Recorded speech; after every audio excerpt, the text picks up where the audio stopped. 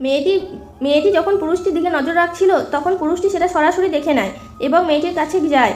তখন মেয়েটি ভয় পেয়ে যায়। দুজনে কিছুক্ষণ কথা বলার পর লিজাকে তার ফ্ল্যাটে যাওয়ার আমন্ত্রণ জানায়। লোকটির উদ্দেশ্য কি জানা সত্ত্বেও মেয়েটি রাজি হয়ে যায়। নেশায় ও উত্তেজনায় তারা দুইজনে উত্তেজনার খেলা মেতে ওঠে। সেদিন রাতে তার বয়ফ্রেন্ড যায় যে আমার ভুল আমি স্বীকার করে নেব, একটা হাতে ফুলের তোড়া নিয়ে যায়। তার বয়ফ্রেন্ড বলে যে দুইজনের ভুল বোঝাবুঝি আজই মিটিয়ে নেব। কিছুক্ষণ দাঁড়িয়ে থেকে দেখে লিজা নেই।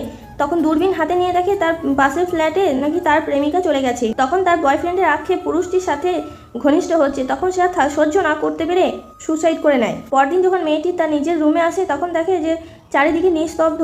তারপর ওপর দিকে তাকিয়ে দেখে তার বয়ফ্রেন্ড ঝুলছে। তখন লিজা বুঝতে পারে যে আমার ভুলের কারণেই তার বয়ফ্রেন্ডের মৃত্যু হয়েছে। সে যদি এমন কাজ না করতো আজ তার বয়ফ্রেন্ড জীবিত থাকতো। বয়ফ্রেন্ড কাজ করার পর ঘরে বাইরে অফিসে সব জায়গায় তিনি চুপচাপ হয়ে যান।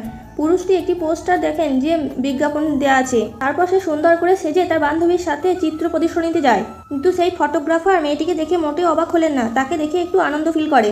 কিন্তু লিজা কি জানতো মেয়েটার জোকারে পরিণত হতে চলেছে? তখন ফটোগ্রাফারকে মঞ্চে ডাকে কিছু বলার জন্য অনুরোধ করে। তখন সে তার জীবনসঙ্গীর কথা ঘোষণা করে। তখন মেয়েটি ভাবলো হয়তো তার কথা বলছে। তারপর দেখতে পেল যে সেই মেয়েটি মৃত ভেবেছিল সেই মেয়েটি দিব্য বেঁচে আছে এবং জাদুকরের মতো হাজির হন।